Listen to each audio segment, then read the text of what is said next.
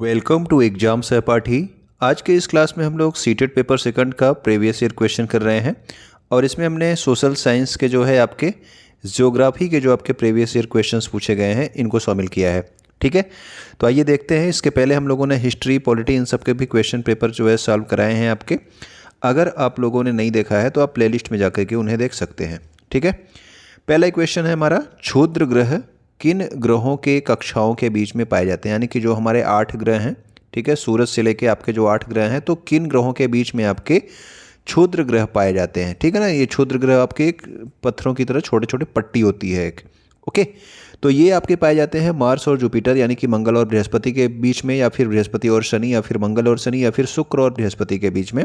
तो जो आपके क्षुद्र ग्रह होते हैं ये हमारे पाए जाते हैं मंगल और बृहस्पति ग्रहों की कक्षाओं के बीच में। ठीक है, यानी कि जो मंगल ग्रह होता है और जो आपका बृहस्पति ग्रह होता है उसके बीच में आपका ये क्षुद्र ग्रह पाया जाता है। ओके, तो ये आप ध्यान रखना। ठीक है, अगला क्वेश्चन है हमारा, किसी स्थान के बारे में सूचनाओं पर विचार करें। यानी कि अगर आपको किसी स्थान के बारे में बताना होगा तो आपको कौन कौन सी सूचनाएं जो हैं प्राप्त होनी चाहिए। जैसे कि अगर आपकी ये पृथ्वी है, ठीक है, तो पृथ्वी पे आपको बताना है कि ये आपका 30 डिग्री अक्षांश पे स्थित है। देखिए, जो आपका सबसे बीच में से जाता है आप सबको पता है कि वो आपका 0 डिग्री होता है। अब 30 डिग्री आपके इधर साइड भी होता है और 30 डिग्री आपके इधर साइड भी होता है। तो यहाँ पे अगला वाला कथन देखते हैं, यह उत्तरी गोलार्ध में स्थित है। उत्तरी गोलार्ध यानी कि ये आपका नॉर्थ इधर होता है, ठीक है, ये आपका साउथ इधर होता है। गोलार्ध मतलब आधा जो है ये आपका बीच वाला है, ये 0 डिग्री है। ठीक है, तो उत्तरी गोलार्ध मतलब इस वाले 30 डिग्री की बात कर रहा है जो ये ऊपर साइड में है। ठीक, यह प्रमुख यामोत्तर के पूर्व में स्थित है। अब देखिए, यामोत्तर जो होता है वो आपका 0 डिग्री होता है, ये आपका बीच में ये देशांतर होता है। ठीक है, इसके पूर्व में, यानी कि पूर्व आपका इधर साइड में होता है और पश्चिम आपका इधर साइड होता है, तो इसके पूर्व में स्थित है।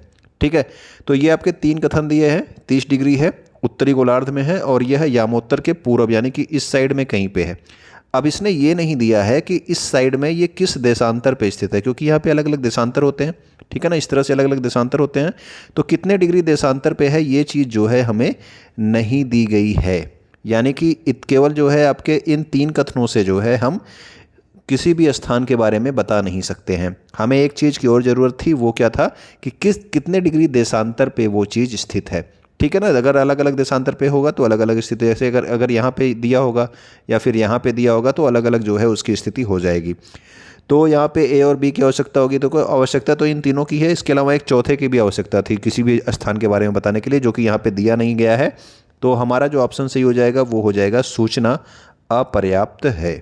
ठीक है, सूचना आपकी अपर्याप्त है क्योंकि हमें इसमें देशांतर नहीं दिया गया है, केवल दिशा बताई गई है कि आपके देशांतर के पूर्व में स्थित है। ठीक है, जैसे कि ये होता है आपका, देखो, प्रमुख यामोत्तर यानी कि ये 0 डिग्री होता है, उसी तरह से 0 डिग्री आपका अक्षांश होता है इस तरह से। ठीक है, इसमें हमें दिया गया था कि 30 डिग्री आपका, जैसे 20 और 40 है तो मान लो 30 यहाँ कहीं बीच में होगा, तो उत्तर साइड में 30 डिग्री पे दिया गया था कि 30 डिग्री पे था। लेकिन ये बताया गया कि आपके पूरब में है, तो पूरब आपका इधर साइड में है, मतलब कि इस लाइन के आपके पूरब में कहीं पे स्थित है। अगर उसने ये बता दिया होता कि वो आपके 30 डिग्री या फिर 40 डिग्री अक्षांश पे स्थित है, तब ये जहाँ पे काट रहा होता वही जगह का जो है, वही उस जगह का क्या हो जाता, परफेक्ट स्थिति हो जाती कि इस जगह पे ये चीज़ पाई जा रही है। लेकिन इसने जो है देशांतर का मान नहीं दिया था, इसलिए जो है हम बता पाने में असक्षम हैं कि कौन से जगह की बात की जा रही है पूरब साइड में। ठीक है, तो ये हमारा है। अगर आपको ये नहीं समझ में आ रहा है तो आप थियरी वाली वीडियो देख लेना, उसमें जो है ये वाला चीज़ें जो है बहुत अच्छे तरीके से आपको समझाई गई हैं। ठीक है, तो वहाँ से आपको ये समझ में आ जाएगा। अगला क्वेश्चन देखते हैं, क्वेश्चन नंबर 3। अगर हम उत्तरी ध्रुव से दक्षिणी ध्रुव की तरफ जा रहे हैं, यानी कि आपकी पृथ्वी होती है यहाँ पे, इधर आपका उत्तरी ध्रुव होता है, इधर आपका क्या होता है, दक्षिणी ध्रुव। ठीक है ना, तो अगर आप कहाँ से नॉर्थ से आपके साउथ की ओर जा रहे हो तो उन रेखाओं का अनुक्रम क्या होगा जिन्हें हम प्यार करेंगे। यानी कि देखो, इसमें अलग अलग रेखाएँ होती हैं। यहाँ पे आपका 0 डिग्री होता है, यहाँ पे आपका जो है कर्क रेखा होता है। ठीक है, यहाँ पे आपका जो है क्या होता है, उत्तरी ध्रुव वृत्त होता है। फिर इधर की ओर आपका मकर रेखा होता है, यहाँ पे दक्षिणी ध्रुव वृत्त होता है। ठीक, तो सबसे पहले हमको मिलेगा उत्तरी ध्रुव वृत्त, सही है पहला ऑप्शन, ये वाला हमारा उत्तरी ध्रुव वृत्त है। उसके बाद मिलेगा कर्क रेखा, 23.5 डिग्री पे हमको कर्क रेखा मिलती है। फिर भूमध्य रेखा, ये जो आपका बीचों बीच जो लाइन है ना 0 डिग्री, इसको भूमध्य रेखा भी कहा जाता है, तो हमारी भूमध्य रेखा मिलेगी। उसके बाद आपका मकर रेखा, ये भी आपका सही है, मकर रेखा भी मिल रही है। फिर आपका लास्ट में दक्षिणी ध्रुव वृत्त। ठीक है, तो पहला ही ऑप्शन हमारा क्या हो जा रहा है, पहला ही हमारा ऑप्शन सही हो जा रहा है। अगर हम उत्तर से दक्षिण की ओर जाएंगे तो हमें ये सारी चीज़ें मिलेंगी। ठीक है ना, इसका हमने चित्र एक नीचे दिया हुआ है और इसे भी हमने अपने थियरी वाले वीडियोज़ में बहुत ही अच्छे तरीके से समझाया हुआ है। ठीक, तो इसको भी आप वहाँ पे जा करके देख सकते हो। ठीक, सबसे पहले आप देख रहे हो उत्तरी ध्रुव वृत्त आ रहा है, उसके बाद आपका कर्क रेखा है, फिर आपका जो है विषुवत रेखा है, यानी कि भूमध्य रेखा इसी को कहते हैं, विषुवत वृत्त को, फिर आपकी मकर रेखा है और इसके बाद दक्षिणी ध्रुव वृत्त है। ठीक, तो आप उत्तर से दक्षिण तरफ जाओगे तो ये सारी चीज़ें लाइन से आपको मिलेंगी। ओके, इसी की बात वो कर रहा था। अब देखिए यहाँ पे दो कथन दिए गए हैं और कथन से संबंधित आपसे जो है कुछ ऑप्शंस दिए गए हैं, आपको बताना है ये कथन सही है, गलत है या फिर क्या चीज़ है। हिंद महासागर का आकार अंग्रेजी के एस आकार का है, तो पहला ही कथन आपका क्या है, गलत है, क्योंकि जो आपका हिंद महासागर है वो यस आकार का नहीं है। यस आकार का कौन सा है, तो यस आकार का आपका अटलांटिक महासागर है। ठीक है, अटलांटिक महासागर आपका यस आकार का है। हिंद महासागर का यस आकार, देखिए यस आकार का है ही नहीं, तो यस आकार का कोई मतलब ही नहीं है, तो ऑप्शन नंबर दूसरा भी आपका कथन गलत है। प्राकृतिक पोताश्रयों और पतनों के लिए आदर्श स्थिति है, तो हिंद आकार का यस आकार है ही नहीं, तो दोनों ही कथन आपके क्या है, गलत है। तो जो ऑप्शन नंबर बी जो हो जाएगा ये हमारा सही ऑप्शन हो जाएगा कि ए और बी दोनों ही क्या हैं, असत्य हैं। ये दोनों कथन किससे संबंधित है पता है, ये दोनों कथन जो है अगर यहाँ पे अटलांटिक महासागर लिखा होता तो आपका जो है सही हो जाता, लेकिन यहाँ पे हिंद महासागर दिया है तो जो कि आपका गलत हो रहा है। ओके, तो जो आपका हिंद महासागर है ये विश्व का तीसरा सबसे बड़ा महासागर है और यही एक महासागर है जिसका नाम किसी देश के नाम पर यानी कि हिंदुस्तान के नाम पर रखा गया है। ठीक है, हिंद महासागर, और प्राचीन ग्रंथों में इसे क्या कहा जाता है, रत्नाकर। और लेकिन इसका आकार जो है किस तरह से, तो यम आकार का है। हिंद महासागर आपका किस आकार का है, यम आकार का।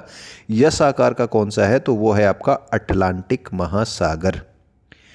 अगला क्वेश्चन बोलता है कि स्लेट और संगमरमर किसके उदाहरण, यानी कि किस तरह के जो है आपके रॉक्स यानी कि पत्थर सेलों के उदाहरण हैं, प्राथमिक सेल या फिर आग्नेय सेल या फिर अवसादी सेल या फिर कायांतरित सेल। तो जो आपका स्लेट और संगमरमर है ये आपके अवसादी सेलों के जो है ताप और दाब की प्रक्रिया के बाद जब ये कायांतरित हो जाते हैं तो ये कायांतरित सेलों के उदाहरण है। ठीक है ना, तो ये आपके कायांतरित सेलों के उदाहरण है, कौन से, आपके संगमरमर और स्लेट। ठीक है, तो ये हमें ध्यान रखना है, कायांतरित सेलें। अगला हमारा है यहाँ पे कायांतरित सेलों के कुछ और उदाहरण दिए हैं, इन्हें भी आप लोग देख लेना, कभी भी एग्जाम में आपसे पूछा जा सकता है। अगला क्वेश्चन है निम्नलिखित युग्मों पर विचार करें। तो यहाँ पे कुछ युग्म दिए गए हैं वृक्षों से संबंधित, आपको बताना है ये सही मिलान है या नहीं। शीतोष्ण सदाबहार वन, यानी कि आपका ऐसा वन है जहाँ पे आपका शीत वाला क्षेत्र भी होता है और उष्ण वाला, यानी उष्ण का मतलब गर्मी, शीत का मतलब ठंडी। तो शीतोष्ण सदाबहार वन जहाँ पे ठंडी और गर्मी दोनों होती है, वहाँ पे किस तरह के वृक्ष पाए जाते हैं, दृढ़ काष्ठ। दृढ़ काष्ठ का मतलब जिनकी लकड़ियाँ क्या होती हैं, बहुत दृढ़ होती हैं, मजबूत होती हैं। तो देखिए ऐसे जहाँ पे ठंडी होती है, जहाँ पे ठंड होती है वहाँ पे आपके मृदु यानी कि कमज़ोर जो है लकड़ी वाले वृक्ष पाए जाते हैं। ठीक है, तो और जो है जहाँ पे आपकी गर्मी होती है वहाँ पे आपके कठोर जो है लकड़ी वाले वृक्ष पाए जाते हैं। लेकिन ये क्या है आपका शीतोष्ण, यहाँ पे दोनों ही पाए जाएंगे, यानी कि ये भी और ये भी। तो पहला कथन आपका गलत है क्योंकि यहाँ पे लिखा है केवल दृढ़ काष्ठ, अगर लिखा होता कि आपका दोनों पाए जाते हैं तब ये सही होता। शंकुधारी वन, देखो शंकुधारी वन जो होते हैं ये आपके ठंड वाले क्षेत्र में होते हैं। ठीक है ना, शंकुधारी वन ठंड वाले क्षेत्र में होते हैं। तो मैंने बताया कि जो ठंड वाले क्षेत्र होंगे वहाँ पे आपके मृदु काष्ठ यानी कि आपके कमजोर लकड़ी वाले वृक्ष पाए जाते हैं। तो ये वाला हमारा ऑप्शन नंबर बी जो आपका बी दिया है, बी वाला कथन तो सही है हमारा। तीसरा देख लेते हैं, उष्ण कटिबंधीय पर्णपाती वन। देखिए उष्ण कटिबंधीय का मतलब गर्मी वाले क्षेत्र, उष्ण का मतलब आपका गर्मी होता है। तो उष्ण कटिबंधीय गर्मी वाले जो है पर्णपाती वन जो होते हैं, यहाँ पे दृढ़ और मृदु दोनों प्रकार के वृक्ष जी नहीं, यहाँ पे केवल आपके दृढ़ वृक्ष पाए जाएंगे, यानी कि आपके मजबूत लकड़ी वाले वृक्ष पाए जाएंगे, क्योंकि आपके बताया गया कि गर्मी वाले क्षेत्र में मजबूत लकड़ी वाले क्षेत्र वृक्ष पाए जाते हैं। तो ये आपके दृढ़ और मृदु दोनों प्रकार के कहाँ पाए जाएंगे, तो ये आपके शीतोष्ण में पाए जाते हैं। ठीक है ना, शीतोष्ण में पाए जाते हैं दोनों प्रकार के, क्योंकि वहाँ पे ठंड भी होती है और गर्मी भी होती है। ओके, तो इसमें जो आपका हमारा सही वाला है तो ये आपका केवल बी वाला ही सही है, बाकी जो है ये दोनों कथन हमारे गलत हैं। तो कौन सा ऑप्शन सही हो जाएगा, तो ऑप्शन नंबर बी जिसमें लिखा है केवल बी। तो इस तरह के जो आपके ए बी सी वाले कथन आते हैं ना, तो यहीं पे आपको आंसर नहीं देना है, आंसर आपका नीचे दिया रहता है। तो यहाँ पे जो है सीटेट में आपको ये विशेष ध्यान देना है, क्योंकि आपके अधिकतर क्वेश्चन आपके इस तरह से कथन वाले क्वेश्चन आते हैं। ओके, जिसमें ऑप्शन आपका नीचे दिया होता है। तो ये आपका बी हो गया। यहाँ पे इनके बारे में मैंने डिटेल में लिख भी दिया है, आप लोग स्क्रीनशॉट लेकर के जो है इसको देख लेना एक बार। अगला क्वेश्चन है हमारा क्वेश्चन नंबर 7, जिसमें आपका कहा गया है 2 कथन दिए गए हैं, ठीक है ना। इन कथनों को आपको बताना है कि कौन सा कथन आपका सही है, कौन सा आपका कथन गलत है। पहला कथन बोल रहा है कि उच्च वायु दाब से स्वच्छ आकाश, शुष्क और अचल मौसम बनता है। तो देखिए उच्च वायु दाब कब होता है, जब आपका ठंड का मौसम होता है तब आपका उच्च वायु दाब का क्षेत्र बनता है, ठीक है। तो इसमें जो है आपका आकाश जो है स्वच्छ आकाश होता है इस समय, ठीक है ना। आपका मौसम क्या होता है, ज़्यादा साफ होता है। तो पहला कथन तो आपका सही है। वायु दाब का क्षैतिज वितरण किसी स्थान पर उपस्थित वायु के ताप के द्वारा प्रभावित होता है। तो ये भी आपकी बात सही है, क्योंकि जो है अगर आपका तापमान ज़्यादा होगा तो वायु क्या होती है, ज़मीन से जो है उठ करके ऊपर की ओर चली जाती है, वायु गर्म हो जाती है तो ऊपर की ओर उठ जाती है। जब वायु आपकी ठंडी होती है तो वो ज़मीन के क्षेत्र पर ही जो है स्थित होती है, तो आपका यहाँ पे उच्च वायुदाब का क्षेत्र बनता है। निम्न वायुदाब का कब बनेगा, जब आपकी गर्म हवा होगी ऊपर उठ जाएगी तो यहाँ पर निम्न वायुदाब का क्षेत्र बन जाएगा, क्योंकि वायु क्या होती है, ऊपर की ओर चली जाती है, ठीक है। तो तापमान के द्वारा तो प्रभावित होता है, और उच्च वायुदाब जब होता है यानी कि ठंड के मौसम में उच्च वायुदाब का क्षेत्र बनता है, तो उस समय जो है आपका मौसम आकाश जो है क्या होता है, स्वच्छ होता है। तो दोनों ही कथन हमारे सही हैं, ठीक है। लेकिन ये एक दूसरे की व्याख्या नहीं कर रहे हैं, ठीक है, ये दूसरे की व्याख्या नहीं कर रहे हैं, ये दोनों ही कथन हमारे क्या हैं, सही है। तो इसका जो ऑप्शन सही हो जाएगा, दोनों कथन ए और बी सही है, और बी ए की सही व्याख्या नहीं करता है, ठीक है। तो देखिए ये वाले जो कथन व्याख्या करने वाले हैं ना, इसको इस तरह से देखा करो। पहला कथन पढ़ो, उसके बाद क्योंकि लगाओ, उसके बाद दूसरा पढ़ो। क्योंकि वायुदाब का क्षैतिज वितरण किसी स्थान की उपस्थित ताप से प्रभावित होता है, तो इसका कोई जो है सीधा सीधा रीज़न नहीं बन रहा है, इसलिए जो है आपके कथन तो दोनों सही हैं, लेकिन जो है ये आपके व्याख्या नहीं कर रहा है, ठीक है। तो ऑप्शन नंबर 20 का सही आंसर हो जाएगा। अब यहाँ पे देखिए वायुदाब के बारे में आपको कुछ दिया गया है। देखो ये क्वेश्चन तो आपका बहुत बार पूछा जाता है कि जो है स्वच्छ आकाश किस तरह के वायुदाब के कारण होता है। तो हमें याद रखना है हमेशा, उच्च दाब के कारण हमारा स्वच्छ आकाश, शुष्क और अचल मौसम बनता है, ठीक है। और आपका उच्च वायुदाब का क्षेत्र कब बनेगा, ठंड में। जब आपका ठंड होता है तो वायु जो है निमज्जित हो जाती है ज़मीन के पास ही, ठीक है ना, गर्म होकर के ऊपर नहीं उठती है, तब आपका उच्च वायुदाब का क्षेत्र बनता है। वायुमंडल में क्षोभ सीमा से मध्य सीमा की ओर बढ़ने पर तापमान जो है क्या होता है। तो क्षोभ सीमा यानी कि क्षोभ मंडल जहाँ तक होता है, ठीक है ना, वो आपका क्षोभ सीमा होता है, उसके ऊपर समताप मंडल, फिर आपका मध्य मंडल होता है। तो देखिए इसमें जो है अगर लिखा होता कि तापमान ऊपर, अब यहाँ से हमें नीचे से ऊपर की ओर जाना है, ठीक है। अगर आपने जो है वायुमंडल की परतों के बारे में पढ़ा होगा तो आपको ये चीज़ें समझ में आ रही होंगी। अगर नहीं पढ़ा है तो आप जो है हमारे वीडियो में वायु वाले चैप्टर में जा करके इसको देख सकते हो, ठीक है। तो क्षोभ सीमा से आप मध्य सीमा की ओर जब जाओगे, यानी कि नीचे से आप ऊपर की ओर जा रहे हो, तो क्या होगा, तापमान पहले बढ़ता है फिर आपका घटता है, ठीक है। ऊपर जाने पर धीरे धीरे तापमान आपका घटता ही जाता है, ठीक। तो पहले आपका क्षोभ सीमा से जब आप बढ़ोगे थोड़ा सा बढ़ेगा, उसके बाद आपका घटना स्टार्ट हो जाता है, घटता जाता है, ठीक। तो इसका जो है ऑप्शन नंबर ए क्या है, सही है, ठीक। अगला क्वेश्चन देखते हैं, यहाँ पे इसके बारे में भी थोड़ा सा डिटेल दिया गया है, इसको भी आप देख लेंगे। क्वेश्चन नंबर 9 में दे रहा है कि सहारा मरुस्थल में मिले गुफा चित्रों में नदियों को मगरमच्छों के साथ दर्शाया गया, यानी कि जो आपका अभी वर्तमान में रेगिस्तान है सहारा मरुस्थल, वहाँ पे गुफाओं में चित्र मिले हैं, और उन चित्रों में जो है आदिमानव ने क्या दर्शाया है, नदियों को मगरमच्छों के साथ, यानी कि नदियों को बहता हुआ दर्शाया है, ठीक है। इस समय वहाँ पे केवल आपके रेत ही रेत है, लेकिन गुफाओं में जो है चित्र बने हुए हैं आदिमानवों के कि वहाँ पे मगरमच्छ रहते थे, ठीक है, नदियाँ बहती थीं। तो हाथी, शेर, जिराफ, शुतुरमुर्ग, भेड़, मवेशी, बकरियाँ, इन सबको आम पशुओं के रूप में दर्शाया गया है। फिर कहीं पे आपके इन सब पशुओं के भी चित्र बनाए गए हैं। तो ये क्या बताता है, तो यानी कि ये जो आपके मिले हुए हैं ये गुफाओं में चित्र, इससे आपको क्या पता चलता है कि सहारा कभी हरा भरा मैदान हुआ करता था, या फिर वहाँ रहने वाले लोगों की कल्पना शक्ति थी। तो कल्पना शक्ति इतना नहीं है, ठीक है ना, कल्पना शक्ति की बात नहीं है। वहाँ लोग उस क्षेत्र से प्रवासित हुए थे जहाँ वनस्पति बहुत समृद्ध थी। तो देखिए अगर वनस्पति समृद्ध थी तो वो आपके रेगिस्तानी क्षेत्र में क्यों जाएंगे, ठीक है। तो ये प्रवासित होने वाली बात भी गलत है। लोग उन चीज़ों की कल्पना करते हैं जो उनके पास नहीं है, ये आपका बिना मतलब सिर पैर वाला आंसर है, ठीक है। तो इसका जो सही आंसर है तो ये है आपका कि सहारा कभी हरा भरा मैदान हुआ करता था, उस समय वहाँ पे जो है आदिमानव रहा करते थे, ठीक है। तो उन्होंने ही क्या किया है, गुफाओं में इस तरह के चित्र बनाए हैं, ठीक है। इससे पता चलता है कि सहारा कभी हरा भरा मैदान हुआ करता था, फिर बाद में जलवायु परिवर्तन के कारण वो आपका एक रेगिस्तान में बदल गया, ठीक है।